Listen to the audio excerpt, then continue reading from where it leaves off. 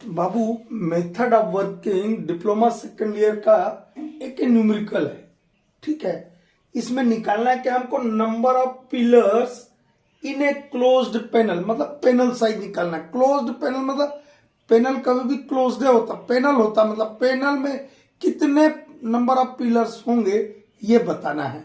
और किस आधार पे बताना है? On the basis of regulation 137 of CMR 2017। ठीक है, कितने मतलब पैनल साइज बताना है। Number of pillars in a panel मतलब पैनल का साइज, पैनल कितना बड़ा होगा ये बताना। दूसरा चीज निकालना था the percentage extraction during development. हम जब डेवलपमेंट कर रहे हैं तो हम कितना कोयला एक्सट्रैक्ट कर ले रहे हैं ये बताना। दो चीज, इसके लिए आपको ये दो यहाँ डाटा दिए। ये नंबर ऑफ पिलर्स कैसे निकालते हैं हम एक तरीका बता देंगे, उसको याद रखिएगा, हो जाएगा सब। बहुत इजी है, कुछ नहीं इसमें। ये क्लास 6 स्टैंडर्ड का भी बुद्धि रहेगा वो भी कर लेगा। सीम थिकनेस दिया 4.8 मीटर, हाइट HT लिखा मतलब height of gallery during development 3 metre. ये परमिटेड हाइट है, इससे ज्यादा तो रखते नहीं डेवलपमेंट में। 3 मीटर ऊंचाई, not more than 3 metre height, not more than 4.8 metre gallery width. ऐसे ने रेगुलेशन 111 में बताए थे। विड्थ ऑफ गैलरी 4.8 मीटर, ये भी एकदम मैक्सिमम परमिटेड है। Dimension of pillar 26 metre by 26 metre. Pillar का जब भी साइज बताएंगे सेंटर टू सेंटर रहता है। यदि लिखा है तो भी, नहीं लिखा है तो भी, pillar size always centre to centre. Please enter it in your brain. Pillar size 26 metre by 26 metre. Incubation period 11 months.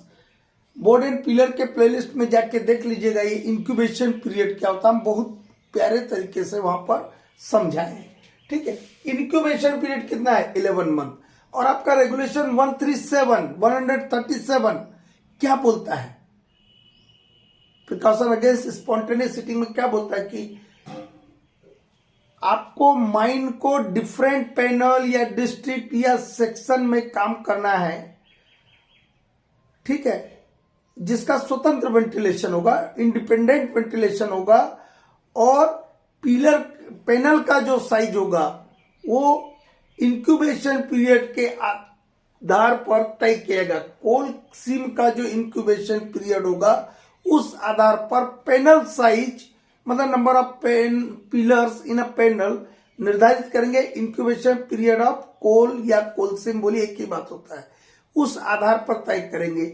ठीक है, और उस इंक्यूबेशन पीरियड में सभी पिलर्स का डिप्लेरिंग हो जाना चाहिए। इतना ही बड़ा आपको पैनल बनाना है, ये रेगुलेशन 137 बोलता है। वही चीज तो निकालने के लिए बोला हो। नंबर ऑफ पिलर्स सेकंड में, number of pillars in a closed panel, एक पैनल में कितने पिलर्स रहेंगे, जो कि रेगुलेशन 137 का पालन हो जाए। और एवरेज आउटपुट ड्यूरिंग डिप्लेरिंग, डिप्लेरिंग करते तो ज्यादा प्रोडक्शन होता है, डेवलपमेंट में कम होता है। डेवलपमेंट में क्या हम गैलरी न बनाते हैं, तो डिप्लेरिंग के दौरान 260 टन पर शिफ्ट है। बस बच्चा यही गच्चा खा लेगा, ये पर डे का नहीं दिया, ये पर शिफ्ट दिया है। तो हम एवरेज मान लेंगे कि हर शिफ्ट में इतना ही हो रहा है, होता ऐसा नहीं है, लेकिन कैलकुलेशन पर्पज के लिए हम 260 टन पर शिफ्ट मान लेंगे। 3 शिफ्ट होता है, एक दिन में 3 शिफ्ट होता है, 3 से इंटू कर दीजिएगा तो एक दिन का प्रोडक्शन आपका आ जाएगा ड्यूरिंग डिपिलरिंग। ठीक है, ये हो गया। स्पेसिफिक ग्रेविटी ऑफ कोल 1.4 दिया है, नहीं दिया होता तो भी आप 1.2 से 1.5 तक का कोई भी एक डाटा ले सकते, लेट करके, एज्यूम्ड करके। ठीक है, यहां दिया हुआ तो जितना दिया उतना रखेंगे। और कैलकुलेट करना था percentage extraction during development and number of pillars in a closed panel. ये दो चीज को बताने के पहले ये number of pillars in a closed panel कैसे हम कैलकुलेट करते, पहले इसका थियरी जान लीजिए। कैलकुलेशन तो बच्चे का खेल है। ये number of pillars in a panel ये कैसे हम कैलकुलेट करते हैं, इसके लिए एक फुल फार्मूला है, बड़का कोई चीज नहीं है, बहुत इजी सिंपल चीज है। Number of pillars in a panel, number of pillars in a panel, एक पैनल में कितने पिलर्स रहेंगे, मतलब क्या निकाल रहे हैं हम, पैनल साइज, इसी क्या बोलते हैं, पैनल साइज। और ये बताए कि पैनल साइज किस बात पर निर्भर करता है, अभी हम बोल रहे थे 137 कि panel size shall be determined on the basis of incubation period of the coal, यही ना बोले। तो कुल मिला के यहाँ खेला किसका है, खेला किसका है यहाँ पर, इंक्यूबेशन पीरियड ऑफ कोल का, तो उसका रोल रहेगा। दिमाग ज्यादा नहीं लगाना है, जो आपको पता है वही सब कुछ है। इसको कैसे निकालेंगे, इंक्यूबेशन पीरियड, क्या करेंगे हम, इंक्यूबेशन पीरियड, लेकिन ये याद रखिएगा ये इसको लेते हैं हम डेज में, इन डेज, काहे में लेते हैं, डेज में। दिया काहे में आपको, इंक्यूबेशन पीरियड कितना दिया, 11 मंथ्स, तो इस 11 मंथ को हम डेज में कन्वर्ट कर लेंगे, काहे में कर लेंगे, डेज में कन्वर्ट कर लेंगे। एक महीना में कितना दिन होता है, 30 दिन होता है, तो 30 दिन कैलकुलेशन पर्पज से नहीं लेते, क्योंकि ब्रेकडाउन है, वीकली ऑफ है, जिसको आपका माइंडसेट का section 28 weekly day off rest बोलता है। No person shall be allowed to work in a mine for more than 6 days in a week, ऐसा बोलता है। किसी भी सप्ताह में किसी भी आदमी को 6 दिन से अधिक काम पर नहीं लगाया जाएगा, ऐसे नहीं बोलता है। तो वो सबको पकड़ के कैलकुलेशन पर्पज से हम महीना में 26 दिन लेंगे, 30 दिन नहीं लेंगे, 26। तो 26 इंटू 11 मंथ कर देना, यदि 10 महीना दिया तो 10 महीना करना, 12 महीना दिया तो 12 करना, 12 मंथ इंटू 26 कर देना। 2 साल दे दिया, 2 ईयर्स दे दिया, तो 2 ईयर्स मतलब कितना हो गया, 24 महीना, 24 इंटू 26 कर देना, और डिक्लेयरिंग इंक्यूबेशन पीरियड में खत्म हो जाए। ये इंक्यूबेशन पीरियड जो होता है इंडिया में 2 महीना से लेके 2 साल तक का होता है, ये जानकारी के रखिए। तो इंक्यूबेशन पीरियड इन डेज हो गया, डिवाइडेड बाय क्या करेंगे, number of days required to extract 1 pillar, एक पिलर को निकालने में कितना दिन लगे। यदि ये मालूम हो जाए, एक रोटी बनाने को 2 मिनट लगता है, तो 10 रोटी बनाने के लिए कितना मिनट लगेगा बच्चा, 20 मिनट, ठीक है। एक रोटी बनाने में 2 मिनट, तो 10 रोटी बनाने में 10 इंटू 2, हम कभी भी यूनिट पे निकालते, यूनिट मतलब एक पे निकालते हैं। तो हम एक पिलर को एक्सट्रैक्ट करने के लिए, एक्सट्रैक्ट मतलब कोयला उससे निकालने के लिए, डिप्लेनिंग करने के लिए कितना दिन लग रहा है, यदि वो पता हो जाए, इंक्यूबेशन पीरियड पता हो जाए, दोनों को डिवाइड कर देना, नंबर ऑफ पिलर्स निकल जाएगा। तो क्या निकाले, number of days required to extract 1 pillar, ठीक है। Incubation period in days divided by number of days required to extract 1 pillar. तो ये तो दिया हुआ इंक्यूबेशन पीरियड 11 मंथ, 11 इंटू 26 कर देंगे, ये वाला ऊपर का बात हो गया मेरे पास है। लेकिन ये नीचे वाला है क्या, डिवाइडेड बाय वाला है, डिनोमिनेटर वाला जो चीज लिखा है, number of days required to extract 1 pillar, एक पिलर को काटने के लिए, डिप्लेनिंग करने के लिए कितना दिन लग रहा है। यदि ये कैलकुलेट मैं कर लू और यहां पर वैल्यू पुट कर दू, तो मेरा पैनल साइज निकल गया, कोई दिक्कत है। तो इसको number of days required to extract 1 pillar के लिए 3 काम करना है, ठीक है। और ये डिप्लोमा स्टैंडर्ड का क्वेश्चन है, लेकिन यही first class method of working में आ जाए तो इसका स्वरूप चेंज होता है। इसमें दिया रहता है रिकवरी। रिकवरी क्या होता है, जब हम डिप्लेनिंग करते हैं तो 100% कोयला हम नहीं निकालते, बोर्ड एंड पिलर में तो 60 से 70% ही हम कोयला निकाल पाते हैं, बाकी आपका 30 से 40% लॉसेस रहता है, एक्सट्रैक्शन लॉसेस है वो, ठीक है, माइनिंग लॉस जिसको बोलते हैं। कुछ सेफ्टी पर्पज से छूट जाता है, रिब छूट जाता है, स्टूप छूट जाता है, ठीक है कि नहीं, तो लॉसेस भी होता है। इसीलिए अब हम मूव कर रहे हैं अंडरग्राउंड में लैंगवाल माइनिंग के तरफ, 85% उसका एक्सट्रैक्शन रेट है। हम मूव कर रहे हैं ब्लास्टिंग गैलरी मेथड के तरफ। ये माइनिंग मेथड है, ब्लास्टिंग का मेथड नहीं है बच्चा, ब्लास्टिंग गैलरी मेथड, बीजी मेथड जिसको बोलते हैं।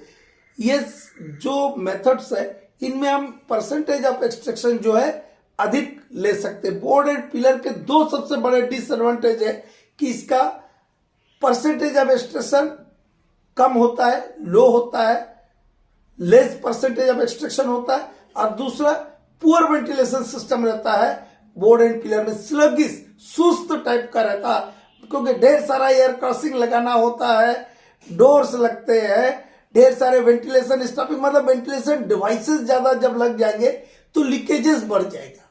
ठीक है। अब लांगवाल में क्या है, दो टूल गेट रोडवेज बनाते हैं, एक मेन गेट एक टेल गेट, एक से जा रहा दूसरे से निकल रहा, तो लीकेजेस कम रहता है। लीकेजेस कम रहेगा तो वेंटिलेशन अच्छा रहेगा, सीधा सा बात है, कोई बड़का इसमें रॉकेट साइंस है क्या। तो ये number of days required to extract one pillar के लिए 3 स्टेप। पहला स्टेप क्या निकाल रहे हैं हम, number of days required to extract one pillar, क्या निकाल रहे हैं, number of days required to extract one pillar. इसके लिए 3 स्टेप है। पहली बात कि एक पिलर को निकालने में कितना दिन लग रहा है, ये ना, तो पहले कितना एक पिलर में कोयला है ये तो पता कर ले, तब ना पता करें कितना लगेगा। एक पिलर में कोयला कितना है, coal in one pillar, coal in one pillar, एक पिलर में कितना कोयला है ये निकालना होगा।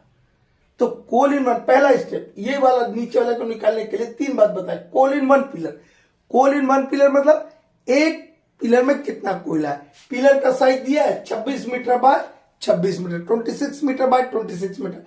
कभी भी एक, ये मान लो मेरा पिलर है, तो इसका क्या होगा, लंबाई होगा, चौड़ाई होगा, ऊंचाई होगा, उसका तीनों का इंटू कर दो तो वॉल्यूम निकलेगा कि नहीं इसका। ऐसे ना मैथमेटिक्स क्यूबाइट को पाते थे, लंबाई गुणित चौड़ाई गुणित ऊंचाई, length into breadth into height, ऐसे नहीं बताए थे मास्टर साहब ने।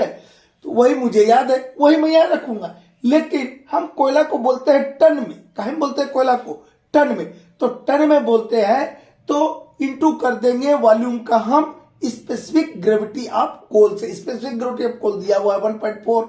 तो कोल इन वन पिलर निकालने के लिए क्या करेंगे, length into breadth into height into specific gravity of कोल।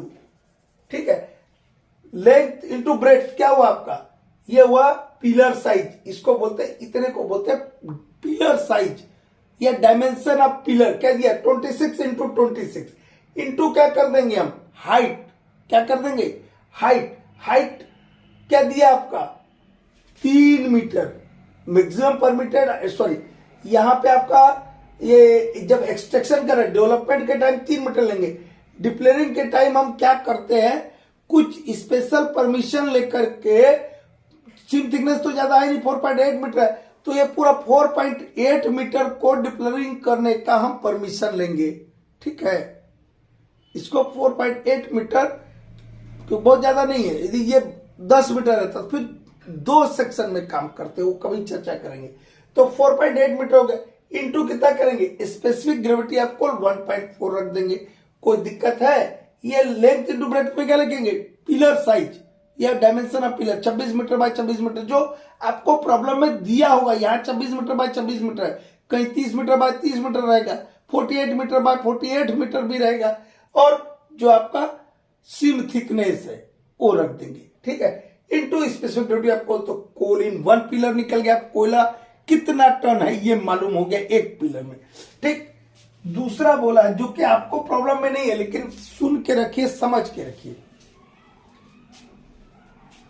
इसको थोड़ा नीचे लेते तो यहीं पे इसको सॉल्व भी कर देंगे। दूसरे में क्या करेंगे, हम रिकवरी निकालेंगे।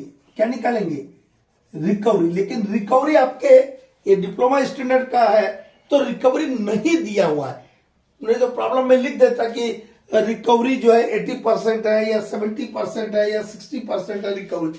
तो यदि रिकवरी आप इस प्रॉब्लम को सॉल्व करने में रिकवरी को ले भी सकते हैं और नहीं भी ले सकते, क्योंकि रिकवरी का इसमें जिक्र नहीं है। लेकिन समझ लीजिए, रिकवरी मान लो मुझे 70% दिया है, कितना दिया है 70% दिया है, इसको यहां पे इसमें नहीं है इसलिए यहां पे हम लिख देंगे एज्यूम्ड। ठीक है, कि हम 70% कोयला निकाल रहे हैं। ठीक है, तो यहां जो कोयला आया उस कोयला का 70% जो आएगा वो मैं एक्चुअल में निकालूंगा कोयला। ठीक है, और तीसरा क्या करेंगे, यहीं पे कैलकुलेशन भी बताऊंगा इसलिए जगह छोड़ो। थर्ड हम क्या करेंगे कि number of days required to extract one pillar, जिसके लिए हम काम कर रहे थे, number of days required to extract one pillar. अब इसके लिए कैसे करेंगे, जो टोटल कोयला आया एक पिलर में, इस रिकवरी के बाद यहां ज्यादा रहेगा, रिकवरी में 30% कम ना हो जाएगा, तो वो जो यहाँ कोयला आएगा वो कोयला, और एक दिन में आप कितना निकालने का प्लानिंग, आपका पहले से प्लानिंग लग करना होता है कि हम 260 टन पर शिफ्ट निकालेंगे, तो 3 से इसको इंटू कर देंगे तो पर डे हो जाएगा। तो number of days required to extract one pillar, total जो कोल है, कोल इन वन पिलर, क्या करेंगे इसका formula, coal in one pillar divided by output, output मतलब production, output in one day, output in one day. ठीक है, अब इसको करते हैं, देखिए इसको 26 into 26 coal in one pillar into 4.8 into specific gravity 1.4, इसका मैं कैलकुलेशन रजिस्टर में करके रखा हूं। ये आया है 4542 टन, इसमें हम पॉइंट छोड़ दिए होंगे, हाँ 4542 टन, टी टन, और टन को ऐसा ना लिख के बेटा ऐसा लिखना चाहिए, ऐसा विशेषज्ञ बोलते हैं टी टन। ठीक है, TONNE टन को टी स्मॉल वाला, इतना टन, ये 4542 टन, 4542 टन एक पिलर में कोयला है। लेकिन हम रिकवरी कितना ले रहे हैं, 70%। यदि आप लोग नहीं लीजिएगा, यदि इसको नहीं, इस प्रॉब्लम के नहीं भी लीजिएगा, तो आपको कुछ नहीं होने वाला। आप ये जो टोटल कोल आया 4542 टन, वो कोल इन वन पिलर है, इसको यहां पे वैल्यू पुट कर देना, divided by output in one day कर देना। ठीक है, आउटपुट इन वन डे कर देना। ठीक है, यदि रिकवरी निकालते हैं हम, यदि रिकवरी निकालते हैं, क्योंकि एक्चुअल में माइनिंग करते तो लॉसेस तो होता है, तो रिकवरी हमने 70% एज्यूम किया है, तो 70% ऑफ 4542 टन मतलब क्या कर रहे हैं, 70% मतलब 70 इंटू 4542 डिवाइडेड बाय कितना हो जाएगा बेटा, डिवाइडेड बाय 100। ठीक है, डिवाइडेड बाय 100, और यदि इतना नहीं करना है तो 4542 इंटू 0.7 कर देना। ठीक है, ऐसे ही कर दो ना, सिंपल हो जाएगा, इतना काहे करना। 0.7 इंटू 4542, तो ये आ जाएगा आपका रिकवरी, मतलब एक्चुअल में हम कोयला कितना उस पिलर से मिलेगा, इतना तो उस पिलर में कोयला है 4542 टन, लेकिन इतना नहीं मिलेगा हमको, लॉसेस हो जाएगा। तो लॉसेस हो जाने के बाद कोयला मुझे कितना मिलेगा, 3180 टन, 3180 टन, 3180, 3180 टन ही मिलेगा, मतलब 3200 टन, मोटा मोटी पॉइंट हम छोड़ दे रहे हैं। तो 3180 टन कोयला मिलेगा, जबकि एक्चुअल में कोयला तो पिलर में इतना था, 4500 था, मिल कितना रहा, 3000 मिल रहा है ना जी। अब number of days required to extract one pillar, coal in one pillar, यदि आप ये रिकवरी नहीं लेना चाहते तो ये वाला डाटा रखिएगा, क्योंकि आप डिप्लोमा स्टूडेंट के बच्चे हैं। लेकिन यदि आप रिकवरी लेना चाहते हैं तो कौन सा डाटा रखिएगा, 3180 divided by output in day, एक दिन में कितना आउटपुट है, तो 260 एक शिफ्ट में है, पर शिफ्ट मतलब एक शिफ्ट में, तो 3 शिफ्ट में इसका 3 से इंटू कर दो, 260 इंटू 3। ठीक है, तो क्या निकल जाएगा, number of days required to extract one pillar, इसको काट पीट किए तो 4 डेज आ रहा है, पॉइंट में आया होगा, इसको हमने राउंड फिगर किया 4 दिन। तो आपको इंक्यूबेशन पीरियड इन डेज आपके पास है, number of days required to extract one pillar, एक पिलर को डिप्लॉइंग करने में कितना दिन लग रहा है? 4 दिन। तो हम यहां निकाल देते हैं आप panel size. Panel size incubation period कितना बेटा? 11 मंथ इंटू 26, क्यों ये 30 में लेके 26 लिया? कैलकुलेशन पर्पज के लिए एक महीना में हम 26 दिन लेते हैं, ठीक है, डिवाइडेड बाय ये भी क्या था, ये डेज में है, और एक पिलर को निकालने के लिए 4 डेज, यही वाला फार्मूला में रखे। Incubation period in days 11 into 26, number of days required to extract one pillar, एक पिलर को निकालने में 4 दिन, ये डेज से डेज कट गया, और इन सब का हम इंटू करेंगे, डिवाइड करेंगे, तो ये आ रहा है 71 पिलर्स। कितना आ रहा है? 71 पिलर्स। यदि हम मेरे पैनल में जो दिया हुआ डाटा है इस हिसाब से यदि हम काम करते हैं तो उस पैनल में 71 पिलर्स रहेंगे, तो मैं 11 महीना में उसका इंक्यूबेशन पीरियड कितना है? 11 महीना में हम उस पैनल का डिप्लेरिंग कर लेंगे। ये निकल गया आपका नंबर ऑफ पिलर्स, ठीक है। अब निकालते हैं परसेंटेज एक्सट्रैक्शन ड्यूरिंग डेवलपमेंट। ये तो और छोटा सा चीज है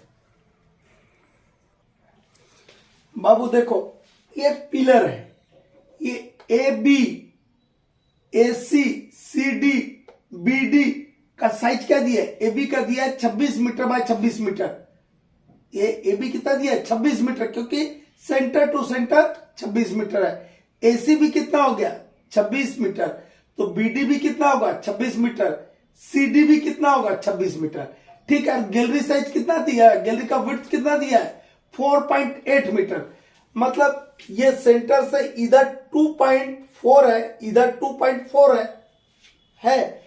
तो ये जो सॉलिड कोल पिलर है, ये सॉलिड कोल पिलर जो बना, ये इसका लंबाई और चौड़ाई कितना हुआ? 21.2 मीटर। कैसे?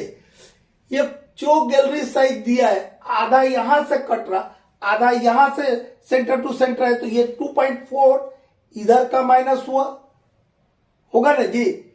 इधर का जब लेंगे तो इससे भी हम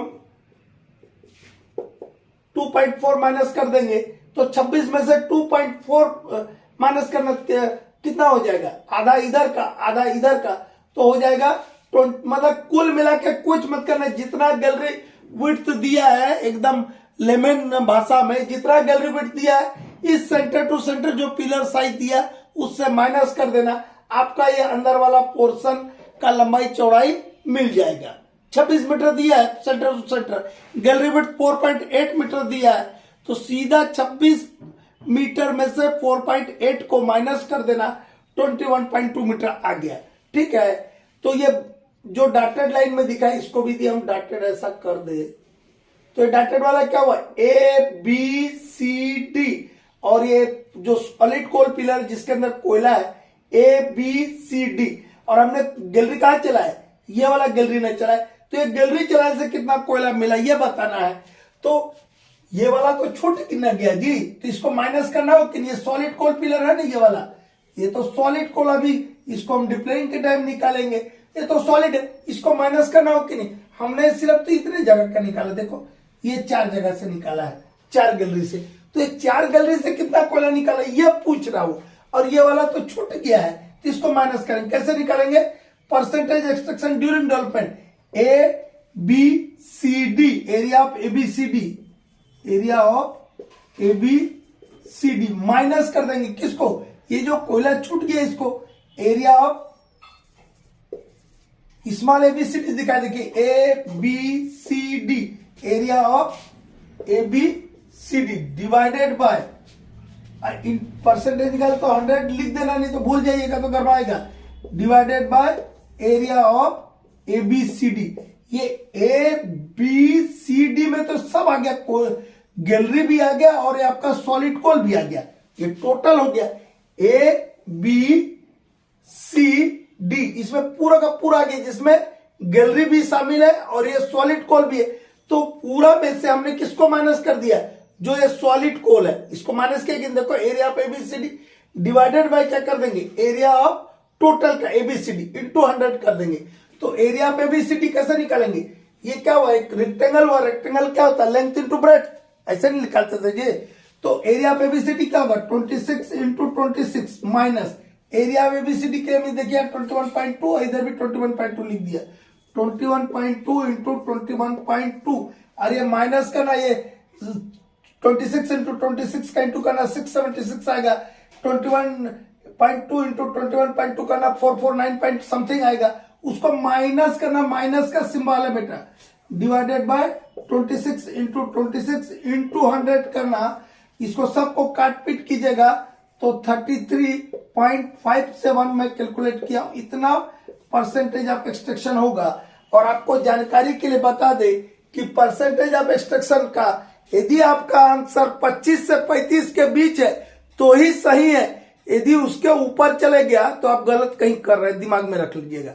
मैक्सिमम हम ड्यूरिंग डेवलपमेंट 25 से 30% ही कोयला निकाल पाते हैं जब हम गैलरी चलाते हैं। डेवलपमेंट मतलब क्या होता है, गैलरी, कोल सीम में गैलरी चलाने को हम डेवलपमेंट बोलते हैं, ठीक है। तो गैलरी चला करके हम सिर्फ 25 से 30-35% तक ही कोयला निकालते हैं। यदि 35% के ऊपर आ गया तो समझना कहीं गलती है या बहुत बड़ा आपका कहीं फॉल्ट हो गया, ठीक है, कैलकुलेशन में। 25 से 25 आया मतलब 24-23 आ गया तो भी चल जाएगा, उधर 35 बोल रहे 36 आ गया, 37 आ गया तो चलेगा, लेकिन 42 आ गया तो नहीं चलेगा, ठीक है। हमारा कितना है 33.57। यदि मैंने कैलकुलेशन किया होगा पॉइंट इधर उधर लगाया होगा तो अपना भी कैलकुलेटर देख लेना कि ये 32 हो सकता है, कहीं हम कैलकुलेटर जल्दी चला दिए होंगे तो उसको देख लीजिएगा। ये तरीका, ये है तरीका, समझ आ जाए तो कुछ भी हो जाएगा। और ये सिर्फ अभी नहीं, अब डिप्लोमा में तो आपको ये काम आ ही जाएगा।